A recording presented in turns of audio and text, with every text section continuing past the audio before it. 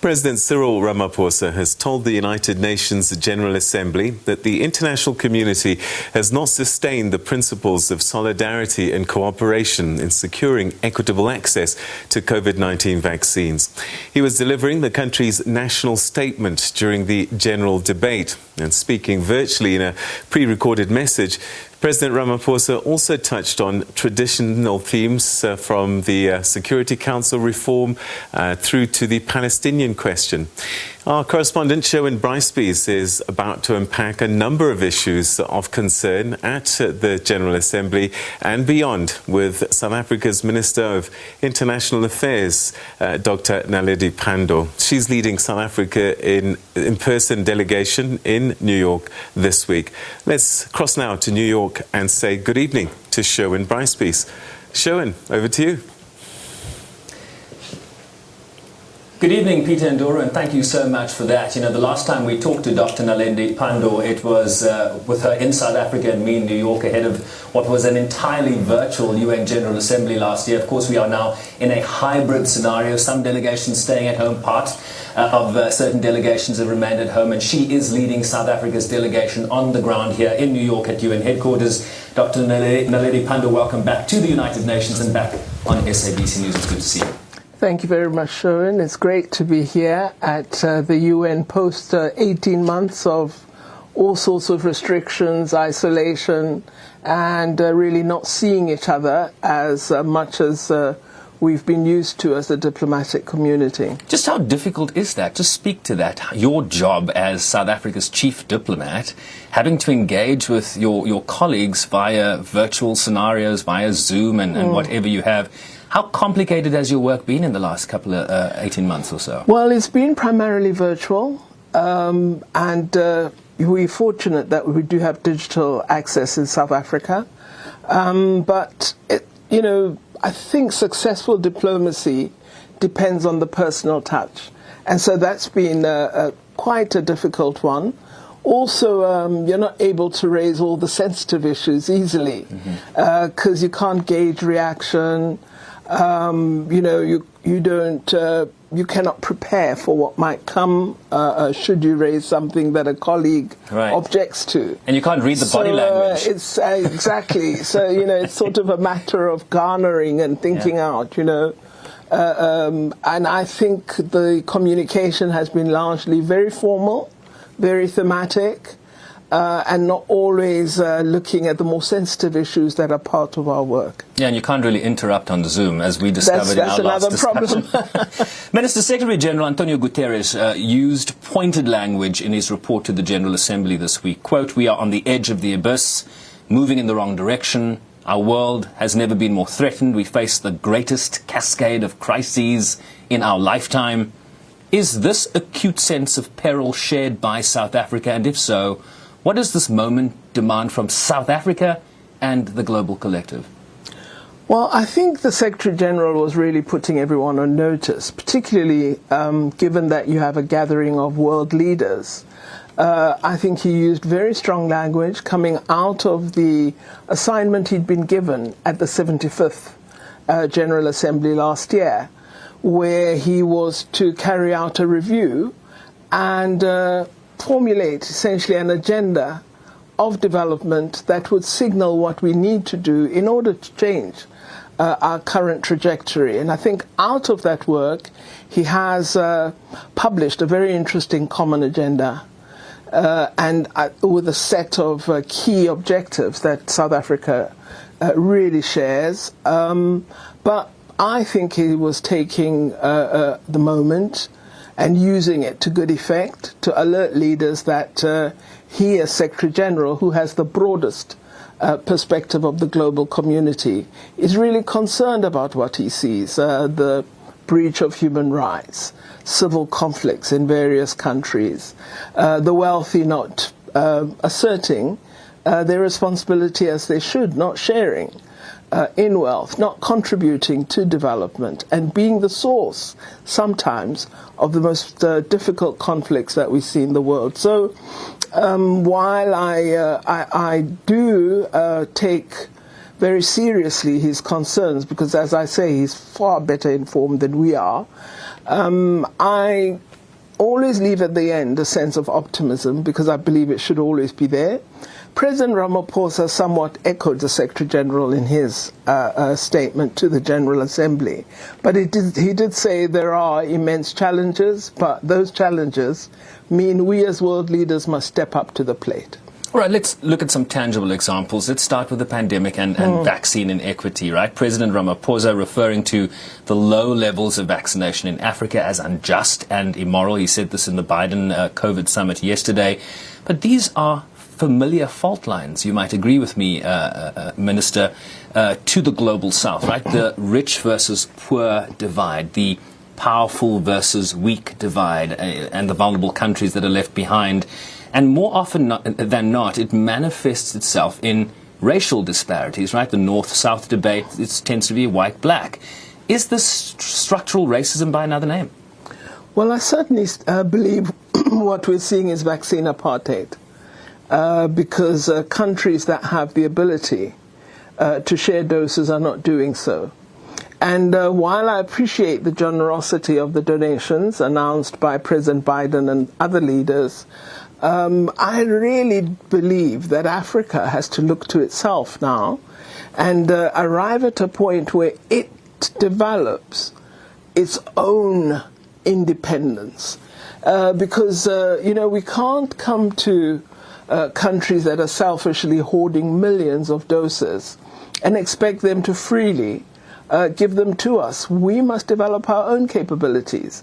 For me, what has occurred with this vaccine nationalism is a warning sign. And I think Africa now must realize that it better do research and innovation and develop the competence to produce our own products so that we don't get to such critical situations where we're depending on others.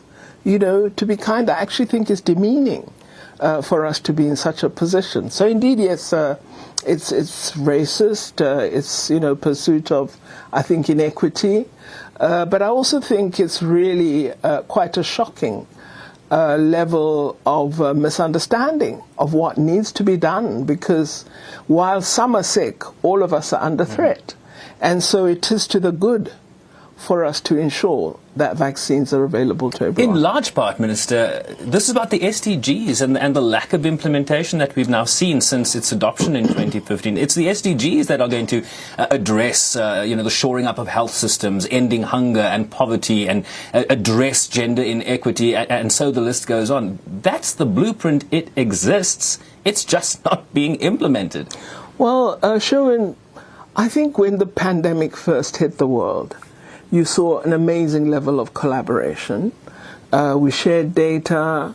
PEPs arrived in countries that hadn't expected that they would need them. Our public health systems began to get attention from governments and have resources directed to them.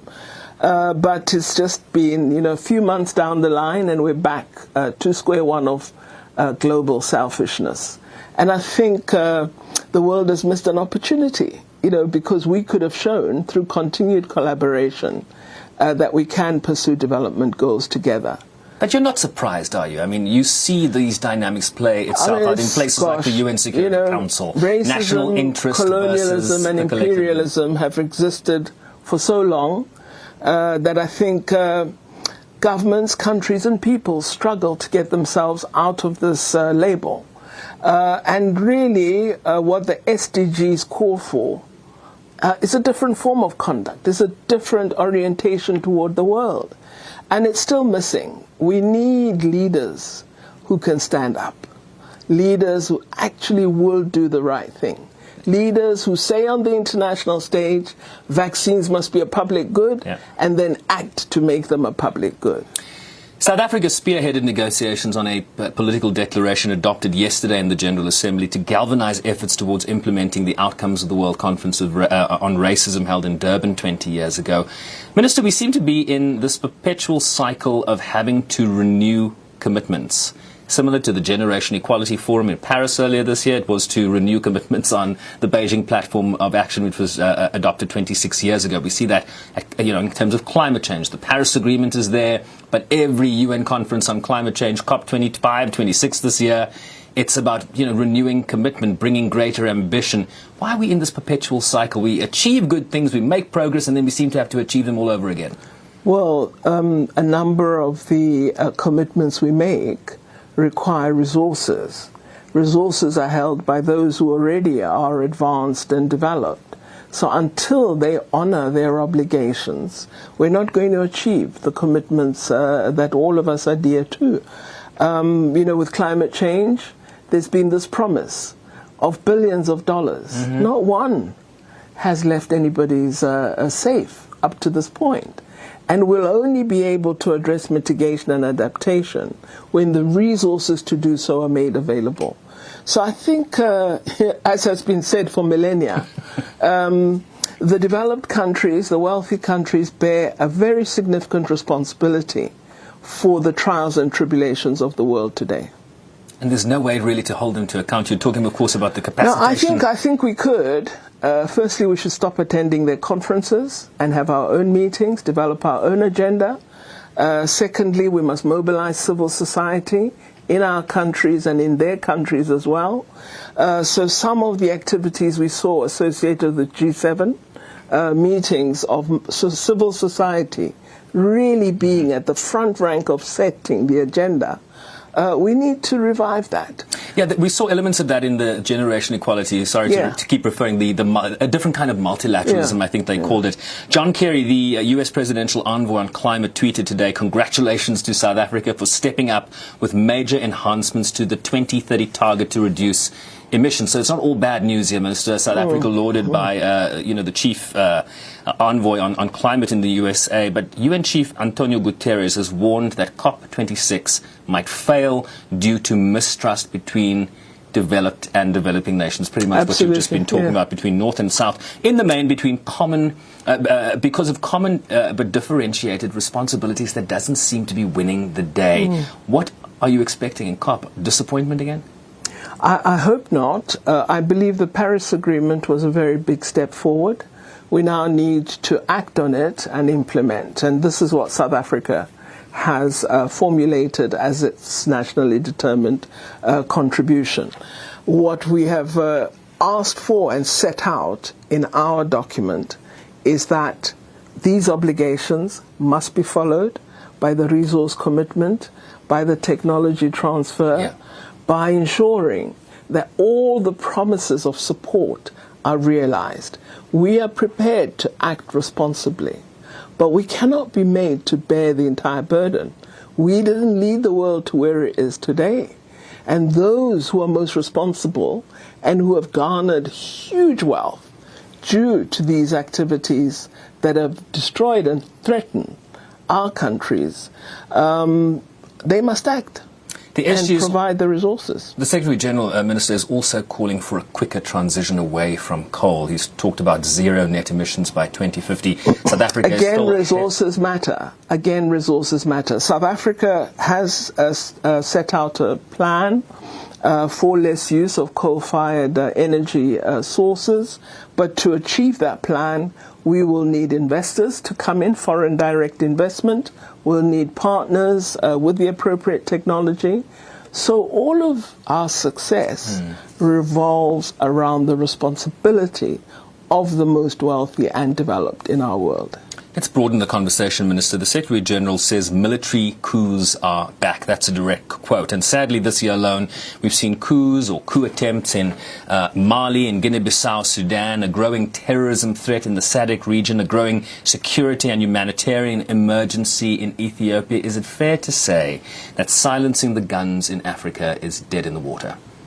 No, I don't think you can take a few examples and then, cloud the whole of Africa. Why not? Because the bulk of the African continent is practicing democracy. We have free and fair elections.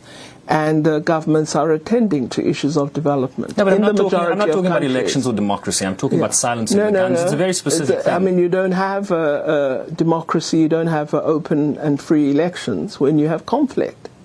So there is progress. What we've got to do is ensure that we act against those countries that continue to have undemocratic practices. They shouldn't be in the African Union. They should be sanctioned, as ECOWAS is doing with Guinea. So, you know, there is responsibility that we have and actions that we must take, but we can't cast the entire African continent, which is a habit that we have, where you have 4 or 5 countries doing the wrong thing, and all 54 are defined as being party to that. But silencing the guns was a continental project. It is, and it continues to be. It continues to be. Hence, the role that SADC has played with respect to Mozambique, that we didn't shun our responsibility.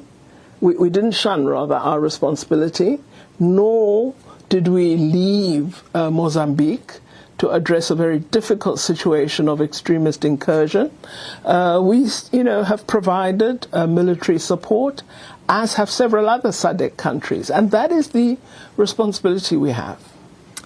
On the developing an emergency in Ethiopia, the UN says there is a de facto humanitarian blockade in Tigray. The TPLF has accused the AU of bias in favor of the government of Ethiopia just days after the appointment of Nigerian President Olusegun Obasanjo as mediator. Minister, almost 1 million people are facing famine conditions. The outrage appears to be loudest in Western capitals as opposed to African capitals. Why is that? Well, South Africa was the first to send envoys to Ethiopia to speak to the government of Ethiopia and to attempt to persuade them to seek a resolution of the conflict, which was at a very low ebb then. Yeah. We are extremely concerned at what is reported about Ethiopia, and particularly worried about the allegations of rape of women as a weapon of war, beheadings of Tigrayan residents. So the whole situation, I think, sounds and is horrifying, and it calls on the world to act. We need to ask ourselves whether we react fast enough as multilateral and regional organizations. Should we be sending in peace missions that would protect civilian populations at the first instance of conflict? And what responsibilities do countries, or should countries, have to protect civilians when their armies are in a particular area? So I do think that the Security Council, as well as the Peace and Security Committee of the African Union, have to ask themselves a lot of questions as to whether we have adequately responded to the situation. There's still some countries in this Security Council that views this conflict as an internal matter. That's been the intransigence. This is how the government has labelled it. But all of us have a concern for each other and a responsibility toward each other. That's why we've signed up to a range of international instruments. And I think the world should be worried and should be speaking to the government of Ethiopia to ask, how can we help? How can we make a difference? Could we go in? Does South Africa support U.S. efforts? They've recently introduced a framework, Minister, towards imposing targeted sanctions. They haven't imposed targeted sanctions yet, but they've created a legal framework to be able to do that against individuals they say are fueling the conflict in Ethiopia. Is that something South Africa can embrace? We're not certain that sanctions work. They don't always achieve the purposes that you want, so you have to look at other instruments, and I think there's none better than engagement. The U.S. is a very powerful country. They provide significant resources to a country such as Ethiopia. I'm sure President Biden can get the Prime Minister of Ethiopia around the table, and they could sit and discuss these matters and look at how they might resolve them through an inclusive dialogue involving the representatives of Tigray. The G20 foreign ministers had a meeting on Afghanistan yesterday, but there already appears, Minister, to be fractures in the international approach to dealing with the Taliban. There's an acute humanitarian emergency, issues of drought, famine, human rights, women and girls' rights in particular. Should the international community engage the Taliban, and if so, what does that engagement look like? Well, I think the first move must come from the Taliban. We don't know their, character at the moment, and so all of us are guessing. I think they're the ones who must open up to the world, and the world must hold them to account, because from the past era where the Taliban took control in Afghanistan, some of the human rights abuses were absolutely shocking. And so the world needs to be assured that all citizens and residents of Afghanistan will enjoy human rights, will not be treated as unequal persons. So for me, it's the Taliban that has to make the first move. You have said that you see no reasonable basis for keeping South Africa on the UK's red list that restricts travel to that country. Your department is engaged in efforts to get South Africa off that list. What exactly do those efforts look like? I don't see a reasonable basis. Not I see one. I don't see any reasonable basis. Forgive me. I meant the other one. Yes. I just feel, in fact, I believe the UK has misdirected itself with respect to having South Africa continuously on the red list. I understood when we were at the height of the third wave peak that they wanted to protect their country, and therefore were putting in place restrictions. But now that South Africa has really done quite an incredible job at managing the third wave, and the numbers are reduced significantly, plus we have a very vibrant vaccination program, I don't understand the merits of keeping South Africa on a red list. What does that engagement look like? Well, we've been talking to colleagues, and as I explained to a certain media personality that I spoke to earlier today, I was very surprised to hear that they have not had a direct engagement with our Ministerial Advisory Council, which is made up of the top epidemiologists in South Africa who've been advising government on a range of interventions and on the development of the disease and the science linked to it. So we have asked the Health Department to arrange for British scientists to meet South African scientists, because I got it from one of my colleagues that they've been meeting some scientist who they say disagrees with the data from South Africa. I don't know who that individual is, but we think our official, authentic advisory committee made up of world-class scientists should give them the accurate data about South Africa. Wits University vaccinologist Professor Shabir Mahdi is quoted in the press this week as describing the decision as irrational. Will you be considering reciprocal measures, Minister, or does this further hurt the tourism industry in South Africa? I mean, speak to what the ramifications of this. Well, I think it's been a very, very it's had a very negative impact on our tourism, but not just tourism. South Africans have families in Britain, so families have been kept apart. Family members can't go to weddings. Our business community, which is very active in the United Kingdom, is not able to carry on its business contracting and activities, and has to pay what are actually, for me, exorbitant sums for quarantine. It seems like almost a money-making exercise.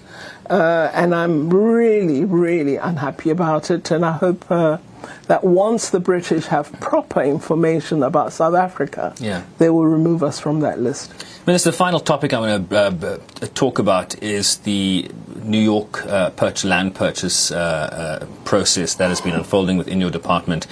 The parcel of land which was purchased, or certainly allegedly purchased, to house South Africa's diplomatic missions in New York, cost the department 118 million rand in irregular, wasteful and fruitless expenditure. You have now parted ways with the former Director General Khabo Mohai, who was found guilty of gross negligence in a disciplinary process. Does that now mean the matter is closed, or is this still an open matter? We're still having what they call consequence management with other officials that were involved in this debacle. But I wish I could speak other languages, then I could say it in another language that everyone understands, that money was paid out. There is nothing that the government got. Right. There was no land purchased. And this is something, I wish everybody would realize, because people keep speaking I'm not sure what the confusion purchase is. of land. There was no land bought. Right, but money was paid for it. We don't have a deed. Right. Money was paid for a company that was assisting in looking for a land. They allegedly identified 2 pieces and then sought further payments. These were made. Nobody received a piece of paper that says, South Africa, you now own this. We don't have anything like that. I had a discussion with the former parliamentary committee chairperson on Parliament's Oversight Committee on International Relations, Thandi Mahambahlala, and she made specific aspersions against the former DG in the department and later South Africa's ambassador to the United Nations, Jerry Machila. The oversight report, Minister, points to Machila as being the accounting officer when the procurement for the New York pilot project was approved in 2016-2017. Has Ambassador Machila been exonerated by your investigations, or is he still the focus of your probe? There was no procurement during Machila's time. What there was a tender was issued looking for an advisory company for a possible public-private project. He was responsible for that tender, for the process of evaluating it and eventually appointing the company. No money exchanged hands at that time. It is under the DG that is now dismissed that transactions occurred. I'm seeking to clarify this because certain aspersions were drawn in a conversation that I had on this channel with the former Parliamentary Portfolio Committee The tender chair. was issued and I feel it needs yeah. to be clarified. Yeah. Is Ambassador Machila exonerated essentially in this? He hasn't been, there's been no consequence management with respect to him. Certainly with staff who are still in the department. He's now retired, by the way. But no, there's been no attempt to charge him in any way. Final thought from you, Minister. This is your return to New York after staying home last year during UNGA. What do you make of this process? Is it still worth the while, worth the travel here, given the plethora of challenges facing the world today? Well, I think the opportunity to engage with colleagues and share thoughts on a number of important issues is always very helpful. I've met various interlocutors and I've been talking about the situation of Palestine. And I've found with some of the Middle East countries that I've met that we are beginning to hear each other much better than we might have done in the past.